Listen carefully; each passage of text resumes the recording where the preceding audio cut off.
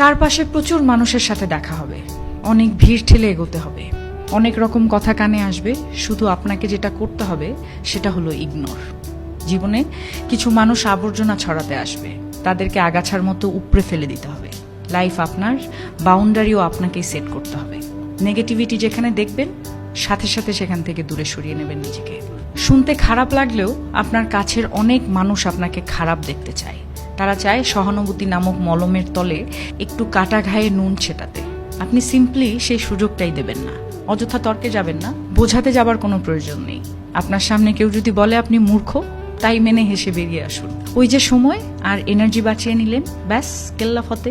যে যা বলছে শুনে নিন, আর মুচকি হেসে শির দ্বারা সোজা করে নিজের সিদ্ধান্তটা নিজেই নিন।